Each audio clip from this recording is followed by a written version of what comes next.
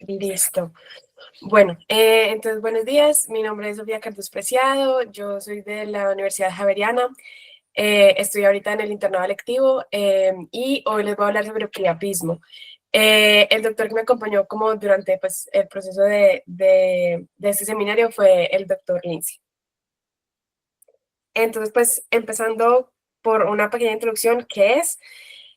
Básicamente es una erección peniana que es persistente, va a tener una duración de más de 4 horas y no va a estar asociada a ningún estímulo sexual. Es una condición muy rara en la de pediátrica. Ahorita vamos a hablar como más de cifras específicas, pero más o menos tiene una incidencia de un niño por cada 100.000 niños al año. Pero pues esto tiene una alta relevancia clínica por las secuelas que puede llegar a traer. Eh, Hay que tener en cuenta que es posible que en los lactantes, en los niños antes de la pubertad, lleguen a presentar alguna erección fisiológica que sea refleja. Entonces puede ser, por ejemplo, durante el sueño, puede ser hasta por tener básicamente la vejiga llena. Pero pues estas erecciones se ven solas y son espontáneas. Se quitan apenas como que se quita ese estímulo y no es lo que llamamos priapismo, no es patológico.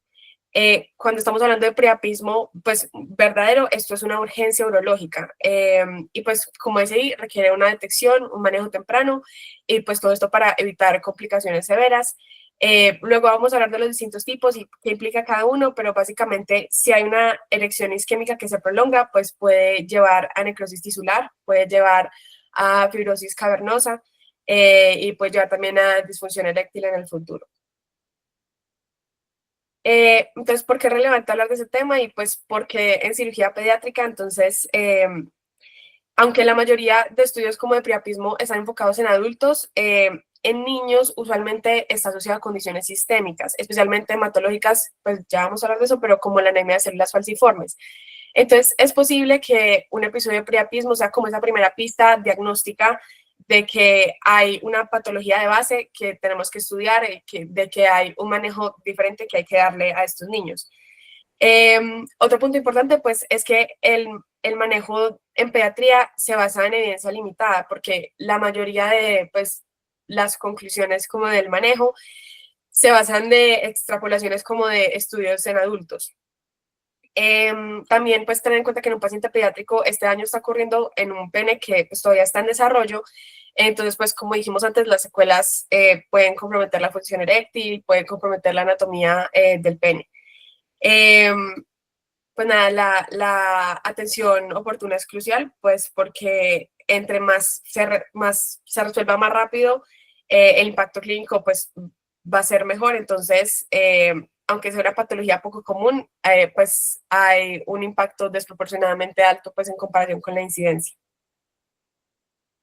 Y pues también hay que tener en cuenta las posibles como consecuencias psicológicas de estos eventos porque pues son dolorosos, son invasivos, está relacionado con los genitales, entonces pues obviamente esto va a tener un impacto emocional en el niño, entonces puede generar ansiedad, puede generar alteración como de la imagen corporal, hasta puede llegar a generar temor como en la sexualidad en un futuro. Bueno, entonces, pues como para poder hablar de fisiopatología del priapismo, primero hay que tener claro la fisiología de una erección normal. Entonces, voy a hacer una explicación un poco simplificada, pero básicamente las erecciones, pues sabemos que se pueden iniciar ya sea por una estimulación genital o por una estimulación central. Hablando pues como ya de algo psicógeno como un estímulo audiovisual, una fantasía, un recuerdo. Eh, entonces, anatómicamente, pues en el corte que vemos acá, no sé si de pronto ven mi mouse, pero hay tres columnas anatómicas que tenemos que tener en cuenta para este proceso, que son los dos cuerpos cavernosos y el cuerpo esponjoso, que va a ser pues el que rodea la uretra y pues al final forma el glande. Entonces, cuando el pene está flácido, pues es porque hay predominancia del tono simpático. En este caso, cuando hablamos de tono simpático, estamos hablando de que se origina en T11 a L2. Y lo que va a hacer este tono simpático es básicamente mantener contraídas las arterias y el músculo liso trabecular del cuerpo cavernoso. Entonces, esto va a restringir el flujo sanguíneo y va a favorecer que haya un drenaje venoso continuo, un drenaje normal. Ahora, entonces durante la elección, en la erección va a ser lo contrario. Entonces va a predominar es la actividad parasimpática. Aquí la actividad parasimpática viene pues como de los reflejos sacros de S2 a S4. Cuando predomina parasimpático, entonces esto va a liberar óxido nítrico y esto va a relajar ese músculo liso cavernoso. Esto va a producir entonces dilatación arterial y va a haber como obviamente un aumento de flujo sanguíneo. Esta sangre hacia dónde se va, hacia los espacios sinusoidales de los cuerpos cavernosos, y cuando ellos se llenan de sangre, entonces se expanden y van a estirar la túnica, acá que vemos que es el punto 5, la túnica albugínea. Y esta entonces va a comprimir las venas como contra su propia superficie y va a crear como tipo un bloqueo de ese mismo drenaje venoso, y esto es lo que va a mantener como la rigidez durante la erección. Pues importante también saber que el cuerpo esponjoso también se congestiona, pero una menor presión que los cuerpos cavernosos, porque también tenemos que tener en cuenta que ahí está pasando la uretra, entonces no se puede comprometer. Y bueno, esto también va a contribuir también como a la erección del glande. Y ya finalmente cuando acaba el estímulo y ya empieza lo que se llama la detumescencia, entonces vuelve el tono simpático, se libera noradrenalina, se contrae otra vez el músculo liso, se reduce el flujo arterial y pues vuelve como a reabrirse la salida venosa y vuelve pues ya a la flacidez. Esto es básicamente una foto que expresa lo que acabo de exponer. Vemos que está el estímulo, pues la transmisión autonómica, ya sea simpática o parasimpática. Aquí, pues en la parte de los nervios sacros o T11L2, que sería por simpático, y pues acá vemos como los senos cavernosos se están pues llenando de sangre. Ahora sí, entonces, para la fisiopatología en sí del priapismo, pues en realidad depende mucho del tipo del que estemos hablando, y pues ya voy a hablar en profundidad de eso. Este es un esquema como muy general que básicamente habla de que va a haber un fallo, ya sea en la neurotransmisión central o periférica, ya sea en las señales paracrinas como dentro del mismo tejido cavernoso o en el eje hormonal. Entonces, cualquiera de estos tres que falle o los tres al tiempo van a llegar a crear como esta oclusión venosa prolongada de la que estamos hablando. Entonces va a haber liberación de óxido nítrico exagerado, y pues esto también va a alterar como las vías de señalización molecular. Con el tiempo esto entonces va a generar hipoxia pues de ese músculo liso cavernoso. Esto después entonces va a generar acidosis, también puede haber glucopenia, y básicamente se deteriora la capacidad contráctil de ese músculo liso. Este deterioro del músculo va a hacer que es como un ciclo vicioso, porque entonces va a hacer que se prolongue aún más la erección, entonces aún más hipoxia, aún más acidosis, y bueno, como vemos acá, pues como que se retroalimenta entre el mismo, y al final puede llegar a haber necrosis del cuerpo cavernoso. Y pues con el tiempo esto se puede convertir en fibrosis, que es lo que nos va a traer como todas las consecuencias negativas pues de un priapismo no manejado. Entonces ahora sí ya vamos a hablar como de tipo por tipo. Entonces pues empezando por el primero, es el isquémico, pues o de bajo flujo, y pues en la mayoría de la literatura se encuentra como low flow. Entonces, la fisiopatología es básicamente lo que acabo de explicar, un fallo del mecanismo como venoclusivo que hace que esa sangre quede atrapada en el cuerpo cavernoso porque no se logra drenar, entonces lleva hipoxia, acidosis, pues una congestión ahí progresiva. La falta como de sangre arterial oxigenada nueva va a generar isquemia en ese tejido cavernoso, por eso es que se llama low flow, y por eso también hay un dolor tan intenso. Importante saber que la isquémica, es la más común en más del 95% de los casos, pues en los niños. Los cuerpos cavernosos los vamos a encontrar tensos y rígidos, y es de inicio abrupto. La causa pues, es sin causa aparente, o puede ser después de un estímulo muy mínimo y no se dé espontáneamente. Y este tipo es una urgencia, pues es la que es verdaderamente una urgencia, porque ya después de 4 a 6 horas de hipoxia, pues ya va a haber daño endotelial y ya muscular, que es irreversible. El siguiente entonces es el intermitente, pues o el que se encuentra como stuttering, que también es como si fuera un subtipo del isquémico. Entonces, básicamente son episodios recurrentes de erecciones que son prolongadas, isquémicas, pero aquí la diferencia es que son autolimitadas. Entonces, duran menos de 3 a 4 horas y entre estos episodios de erección va a haber intervalos en que el pene va a estar flácido, va a estar normal. Aquí es importante saber que el factor de riesgo principal, o más que todo, esto ocurre en pacientes que tienen anemia falciforme o alguna otra alteración hematológica. Encontré que pues, lo que ven ahí, que es el 35% de pues, los hombres o los niños con anemia células falciformes van a presentar priapismo recurrente en la adolescencia. Aquí importante es que cada evento puede anticipar otro evento aún más prolongado, entonces en estos pacientes y en estos niños es muy importante hacerle educación a la familia sobre su patología de base, sobre el riesgo de que esto vuelva a suceder, la importancia de que se acerquen pues, a un servicio de urgencias y pues en conjunto con hematología ver si requieren profilaxis para su patología de base y pues también dársela a los pacientes. Aquí ya vamos a hablar pues a fondo de la clínica, pero es muy similar a la del priapismo isquémico, es dolor, rigidez, pero pues en este caso va a durar menos y va a cesar pues por sí sola. Ahora entonces el priapismo no isquémico, el que se llama de high flow, es menos común, en menos del 5% de los casos, pues en los niños. Es una erección que va a ser prolongada, pero no va a ser dolorosa o básicamente va a molestar muy poquito. El pene en este caso va a estar semirrígido y pues la coloración de la piel puede llegar a ser completamente normal. Aquí entonces el problema es opuesto, va a haber es un aporte de sangre arterial excesiva en el pene y esto usualmente va a ser consecuencia de un trauma, ya sea un trauma perineal, un trauma genital, un niño que se cayó en una bicicleta, que le dieron una patada, que tuvo un golpe. Y esto va a producir una fístula pues entre la arteria cavernosa y los sinusoides pues de los cuerpos cavernosos. Entonces esto va como a, o sea, a mandar mucha sangre y va a desbordar la capacidad como el drenaje venoso. En este caso entonces el pene va a estar perfundido con sangre arterial oxigenada, entonces pues no va a haber hipoxia tisular. Y porque, o sea, el hecho de que no haya hipoxia es lo que nos explica de que este cuadro usualmente no duele tanto. Y la erección pues es incompleta. Hay que tener en cuenta que a veces el antecedente del trauma, pues los niños no lo van a recordar con mucha claridad o básicamente no lo mencionan, porque puede que este tipo de priapismo aparezca horas o hasta días después como del evento.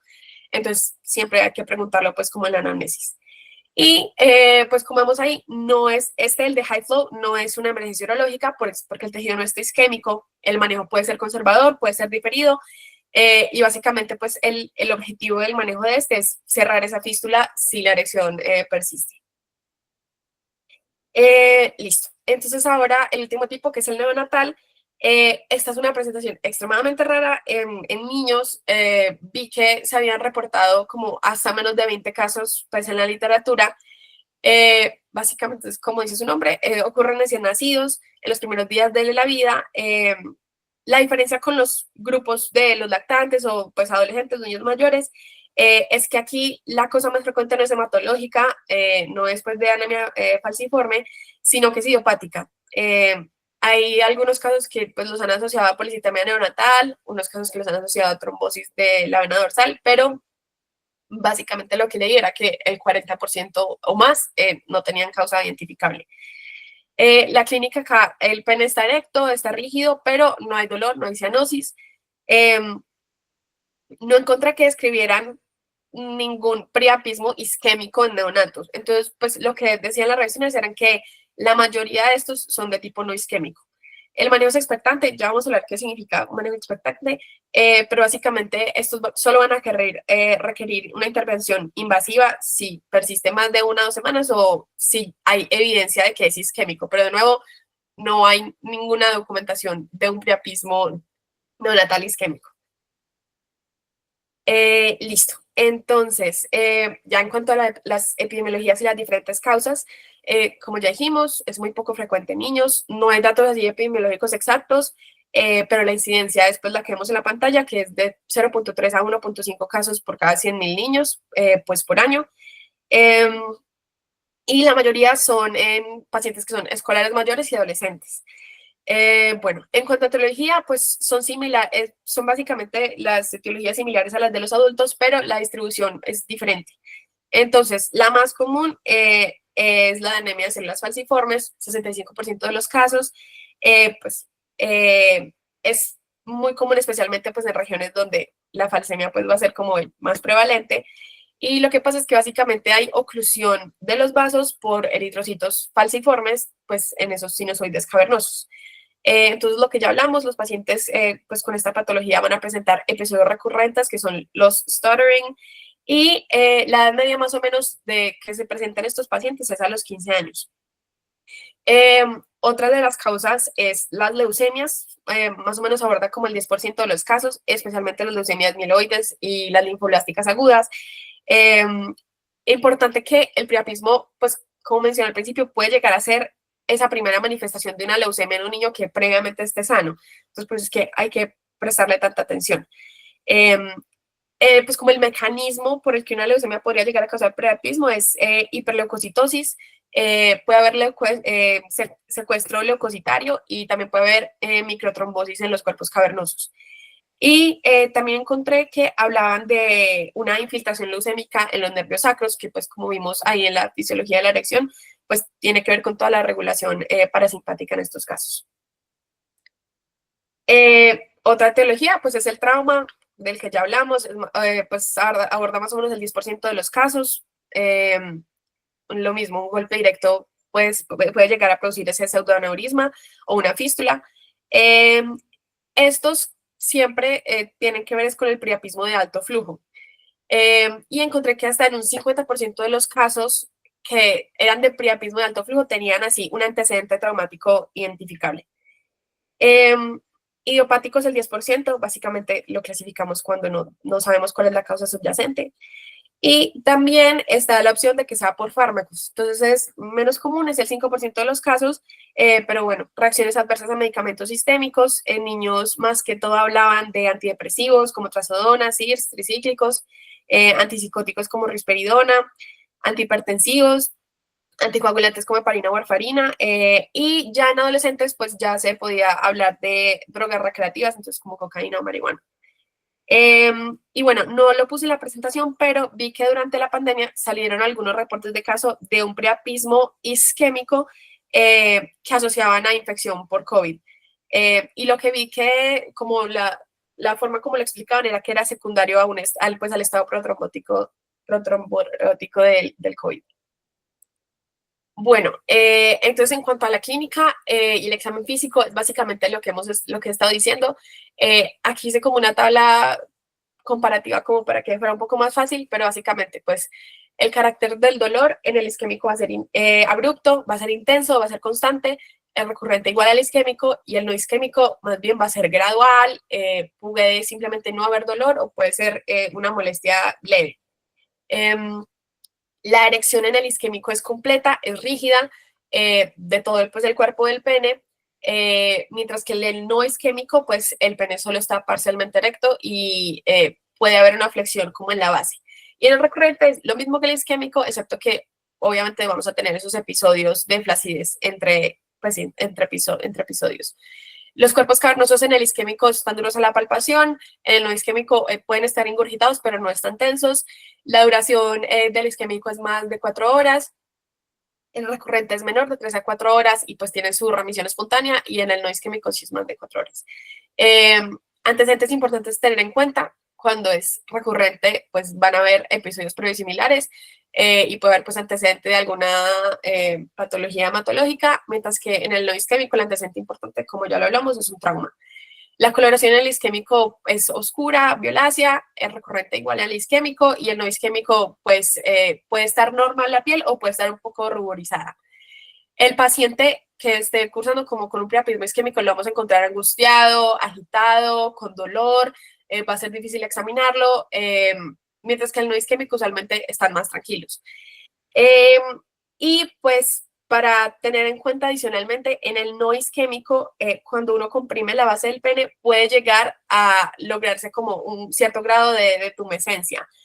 Y pues básicamente esto me va a hablar de que hay un cortocircuito arterial que va a colapsar cuando estamos haciendo presión.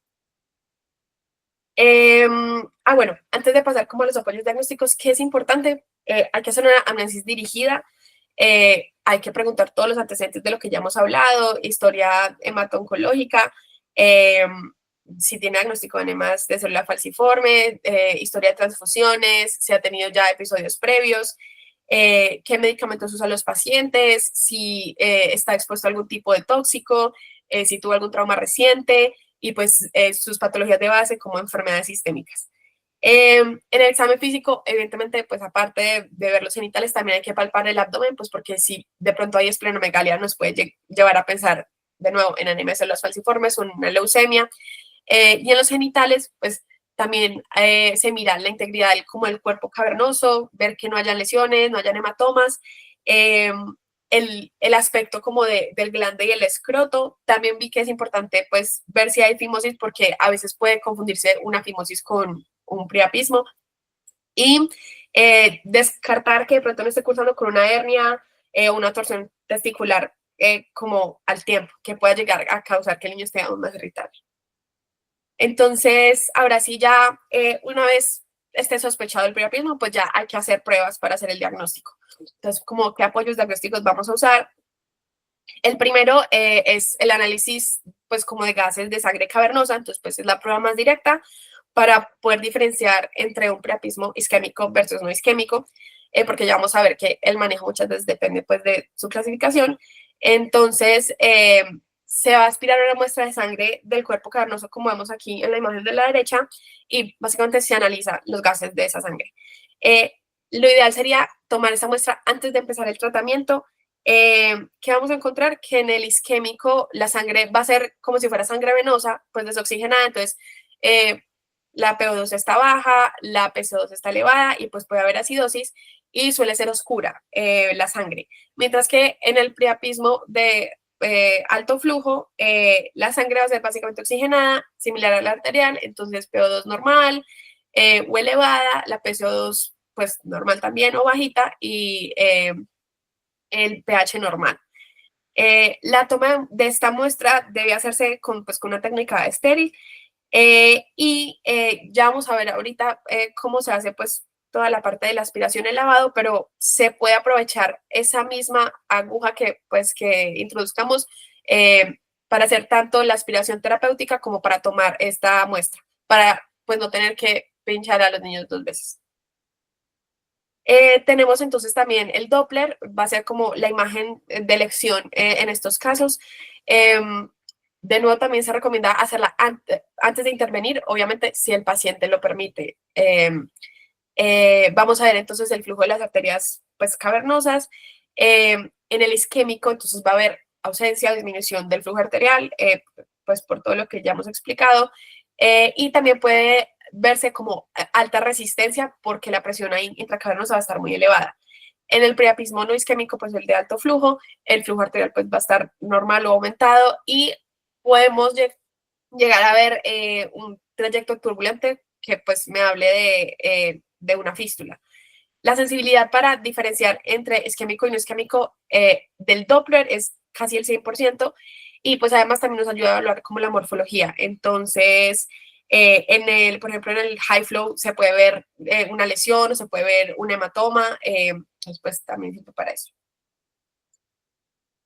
¿Y qué otras cosas pues se deben pedir? Un hemograma, porque entonces, por ejemplo, si hay leucocitosis muy importante, pues puedo llegar a pensar en leucemia. Si hay anemia, entonces pues anemia de células falciformes.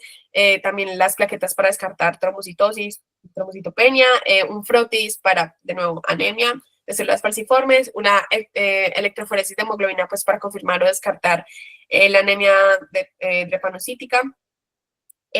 Tiempos para descartar coagulopatías, función renal, función hepática, LDH, ácido úrico, porque hay distintas, o sea, nos pueden llegar a dar pistas diagnósticas sobre etiologías. Entonces, por ejemplo, la LDH puede estar elevada en una crisis falsémica, o cuando hay hemólisis, el ácido úrico puede estar elevado en leucemia, pues como por el cambio celular. Y ya como las pruebas específicas según el contexto, entonces, pues, una toxicología urinaria, si estamos sospechando pues uso de drogas o fármacos, una PCR de COVID, si estamos sospechando que sea por COVID, un hematocrito en neonatos para descartar policitemia. Y obviamente pues la interconsulta con hemato para que pues sea un manejo integral. Entonces, ya en cuanto al manejo, el manejo se debe iniciar apenas se identifique que sea un priapismo isquémico, incluso pues antes de que, podemos hacerlo antes de que salgan como todos los paraclínicos. Y la primera, como el primer paso que tenemos que hacer es como el manejo conservador en todos los pacientes. ¿Qué implica este manejo conservador? Pues estos 3 puntos importantes que ven en la pantalla. Entonces, analgesia, puede ser IV, puede ser paracetamol, si el niño está con mucho dolor se puede añadir un opioide, y también está la opción de hacer como una sedación consciente de los niños o incluso anestesia general, pues según la edad, para poder tolerar las intervenciones. Eh, Hidratación, oxigenación, entonces pues nada, ponerle líquidos endovenosos, los niños que estén con anemia falsémica pues usualmente están deshidratados y eso también va a ayudar a reducir como la viscosidad de la sangre. Y pues ponerles oxígeno, pues especialmente no si tiene anemia de células falciformes, porque eso va a ayudar a revertir ese cicling de eritrocitos. El calor, el frío pues local está controvertido, pero hay algunos protocolos que dicen que se ponen compresas frías como en el área del pene y el periné por periodos como de 15 a 20 minutos para reducir la vasoconstricción y pues aliviar con un poquito la congestión. Eh, que hay que tener en cuenta que esto nunca lo debemos hacer en un paciente que sepamos que está cursando con una crisis de anemia falciforme porque puede causar más vasoclusión y pues obviamente todas sus consecuencias. En el de high flow, en el de alto flujo, sí se puede intentar poner hielo o hacer como una compresión perineal para intentar, por decirlo así, cerrar esa fístula mientras ya se piensa en el manejo definitivo, pues que sería cirugía. Y importante en todos estos niños, intentar que orinen, entonces hacer como ese vaciado vesical. Porque de nuevo, una vejiga llena podría llegar como a mantener un reflejo ahí de que haga que haya más erección. Entonces, ¿cuál es el segundo paso? Ya la aspiración de los cuerpos cavernosos. Entonces, más o menos si en media hora, una hora, no hay detumescencia con las medidas iniciales, que es usualmente lo que pasa, en verdad, con las medidas iniciales la mayoría no logran resolver, entonces hay que hacer esta aspiración, básicamente es el pilar del tratamiento agudo y es funcionar los cuerpos carnosos para drenar esa sangre que está atrapada. ¿Cómo se hace? Entonces, pues asepsia, antisepsia, se infiltra y con una aguja que sea de calibre grueso, entonces 16 o 18 French, o también se puede con un catéter, angiocatéter, se funciona el cuerpo cavernoso, puede ser transglandular, pues a través del glande, o puede ser como lateral del eje. Y esto es hasta que salga pues la sangre. Se debe aspirar, se pueden extraer como de 5 a 10 mililitros inicialmente. Muchas veces, como la aspiración por sí sola ya alivia presión y empieza a lograr cierta detumescencia, pero se recomienda que después de extraer esa sangre, hacer un lavado irrigado con solución salina por la misma aguja, como para pues como aclarar coágulos y también aclarar esa sangre como acidótica que está ahí acumulada. Y este lavado se puede repetir varias veces.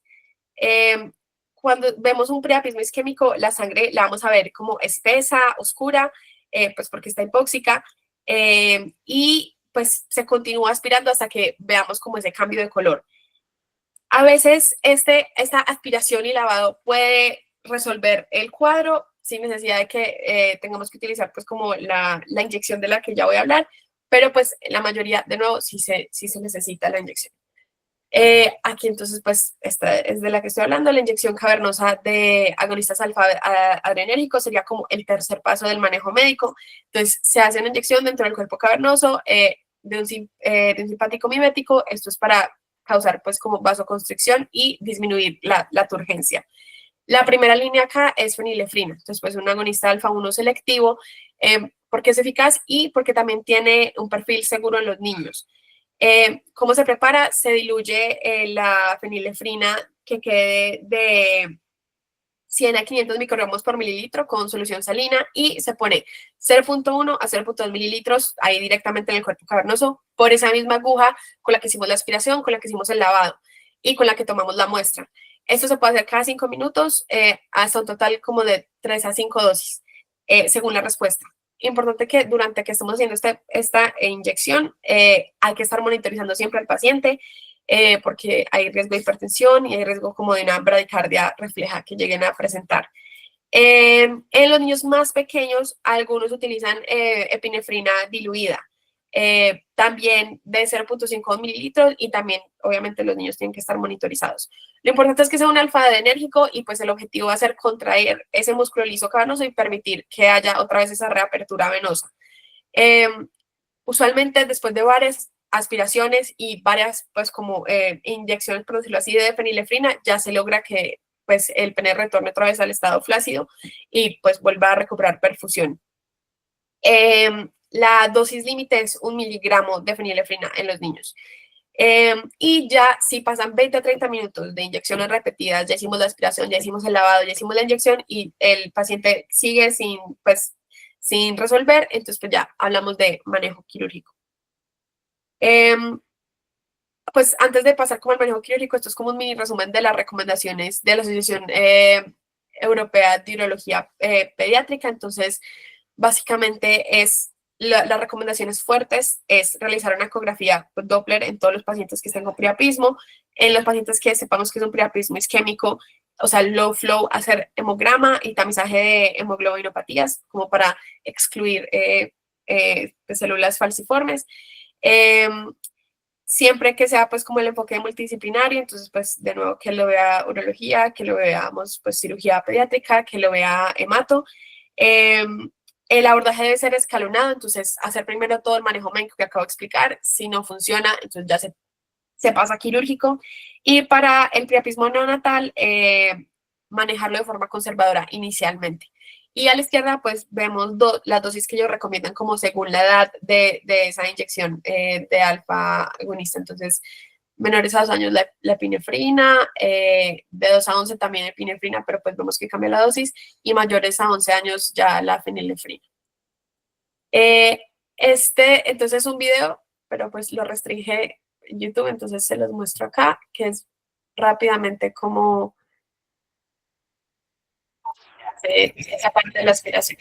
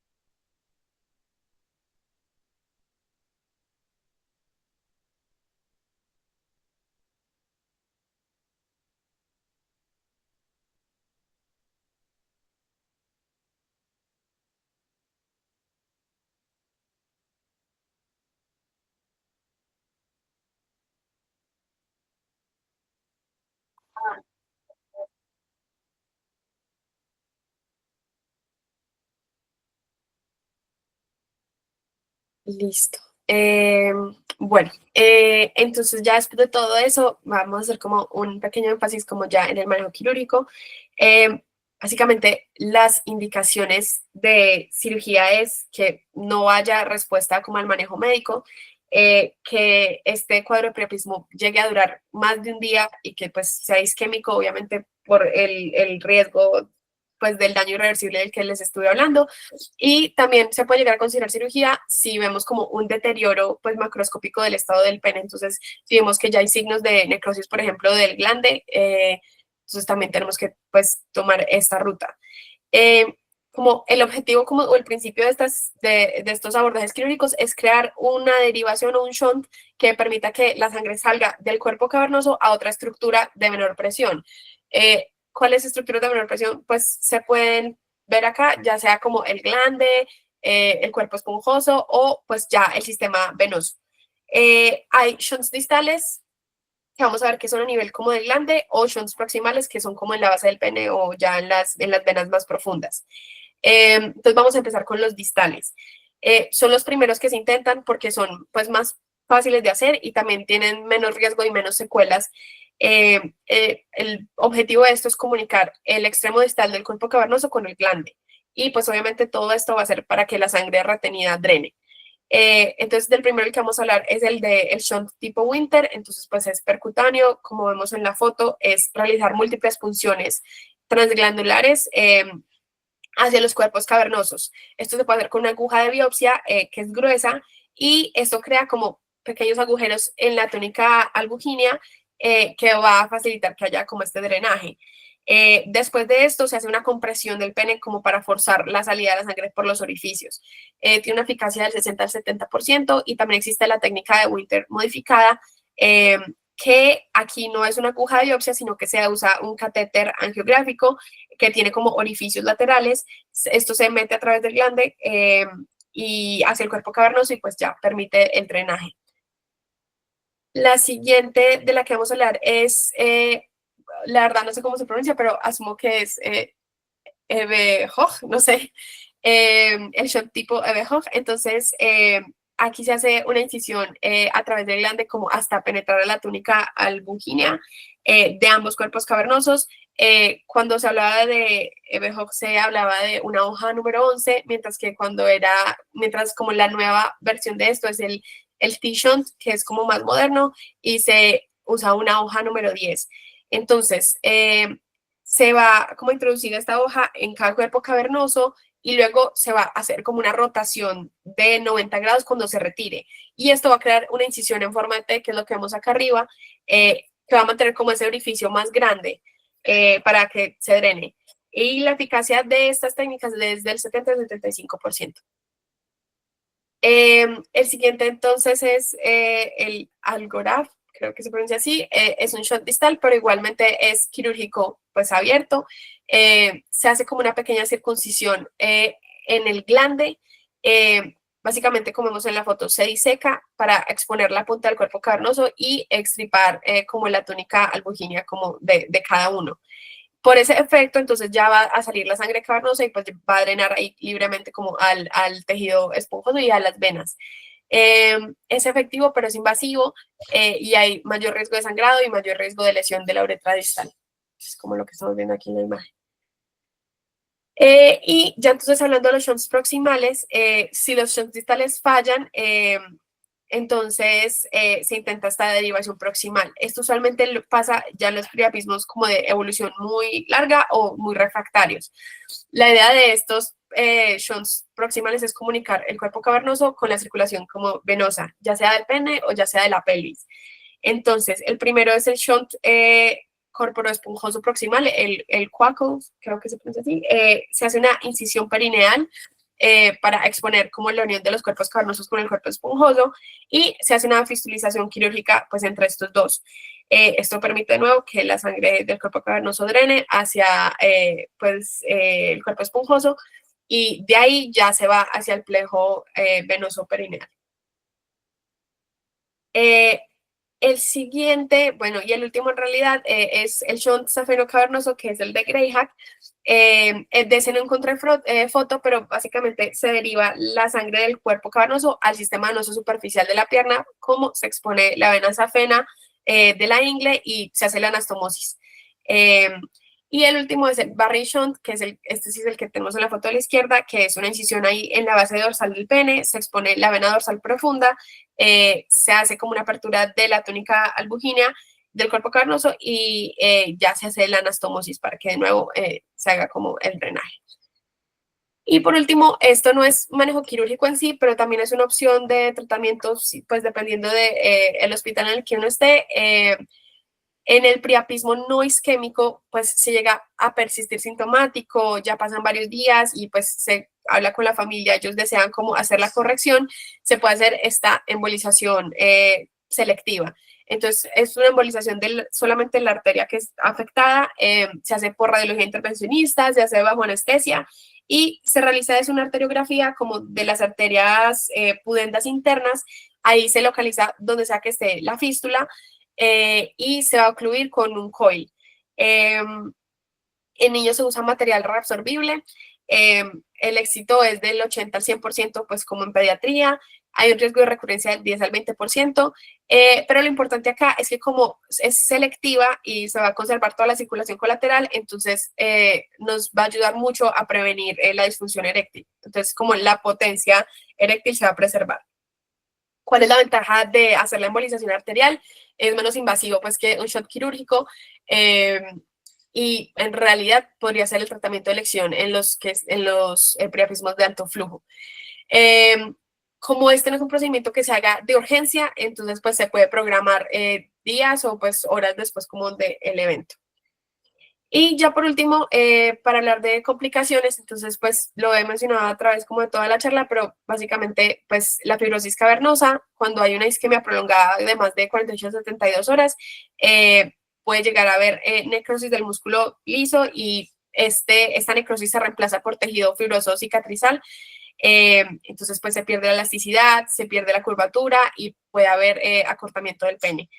En los casos más graves, pues se puede llegar a palpar uno la placa en la túnica albúgina hasta semanas después y aún así con tratamiento puede quedar una fibrosis residual, pues que es lo que vemos aquí en la foto.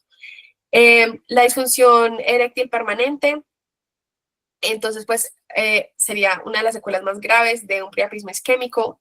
La causa es lo mismo que ya hemos hablado, la fibrosis y un daño irreversible pues del tejido eréctil. Hay estudios que muestran que el riesgo aumenta si el priapismo dura más de 48 horas, mientras que los episodios que duran menos de 2 horas muy pocas veces dejan secuelas. Es difícil de evaluar en niños y pues el problema se puede evidenciar obviamente hasta la pubertad. Y pues, ¿qué implica que haya disfunción eréctil? Puede haber pérdida pues parcial o total de la rigidez peniana, puede haber menor sensibilidad sexual, y en casos pues muy graves puede llegar a necesitar hasta una prótesis pues peneana. Se habla de que los pacientes que tienen pues como su antecedente de anemia falciforme, puede haber disfunción hasta como en el 50% de los casos. Y por último, entonces pues ya infecciones, como está la opción de hacer la cirugía, la intervención invasiva, pues esto puede causar un absceso, puede causar celulitis, usualmente se asocia más como esta complicación de infección al shunt de Algorab. Se recomienda obviamente estar pues en el posoperatorio, vigilar los signos de infección, el uso de, como así, antibiótico-terapia profiláctica de antiestafilocóxica, pues está muy discutida. Y en un priapismo pues isquémico prolongado que no haya recibido tratamiento, pues la necrosis tisular puede también favorecer a que haya infección. Y por último la necrosis, entonces pues es la complicación, pues es de las menos frecuentes, pero obviamente es muy grave. Usualmente la asocian a los shunts distales que pues como mal ejecutados, que lleguen a comprometer como la vascularización. También puede ocurrir en el tejido cavernoso simplemente por una isquemia prolongada, entonces pues hay muerte del tejido, liquefacción, pues o calcificación del tejido y pues una pérdida total de la función. En los casos más severos, pues como dice ahí, puede llegar a requerir debridamiento quirúrgico. Este es un algoritmo, pero para no extenderme es básicamente un resumen de todo lo que acabo de explicar y pues ya, eso sería todo. Gracias.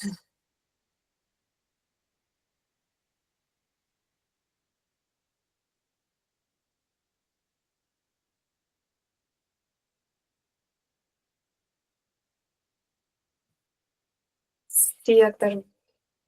Abraham, buenos días.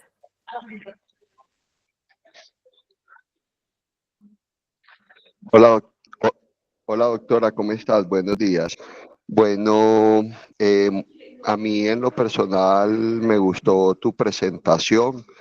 Eh, digamos que es una patología que no vemos tan frecuente realmente en la población pediátrica, pero como tú bien lo mencionaste, los niños con anemia de células falciformes, sobre todo adolescentes, pero también hemos visto niños pequeños, puede ser uno de los motivos de consulta en los servicios de urgencia y obviamente el manejo inicial de la crisis blástica.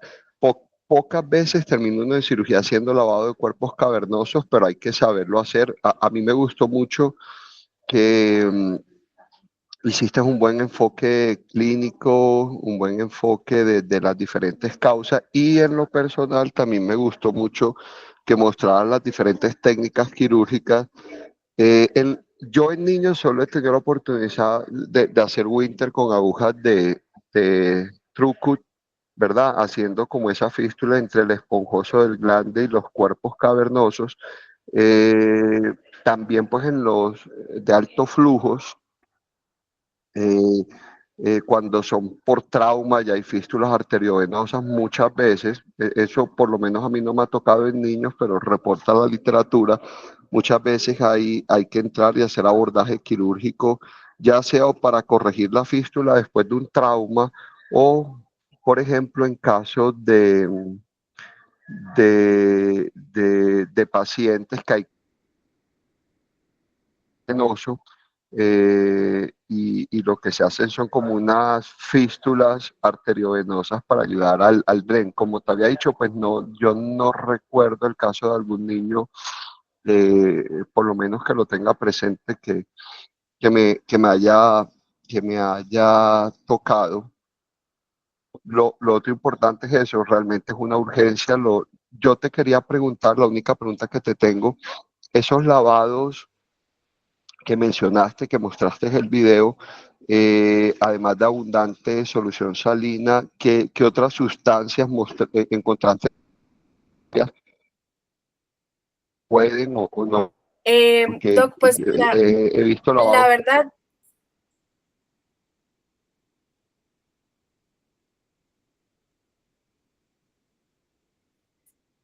Doc, qué pena, ahí al final se le cortó, pero la verdad en los artículos, pues como en los que me basé y en la guía de urología pediátrica, solo vi que hablaban de solución salina. No sé si de pronto, pues alguno de ustedes conoce alguna otra solución, pero sí vi que era solo solución salina al 09.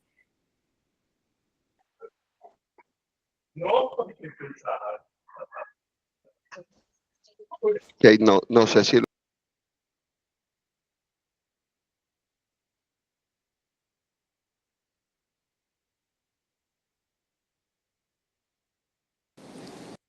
Doctora Natalia, adelante.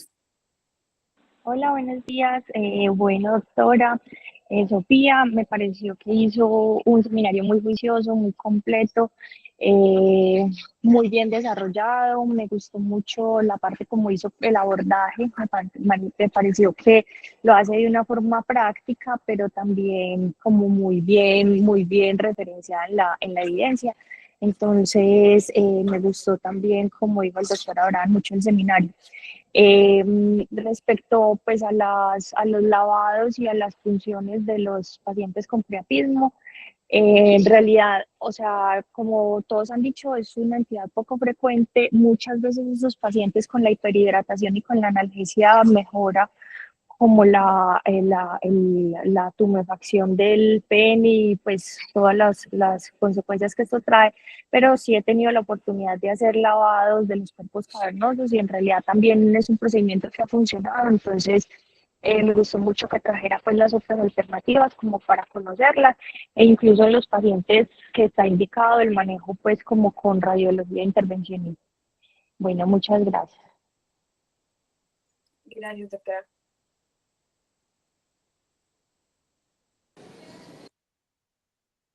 ¿Tienes algún otro comentario? Si no, muchas gracias a la doctora, me pareció muy buena la exposición. No sé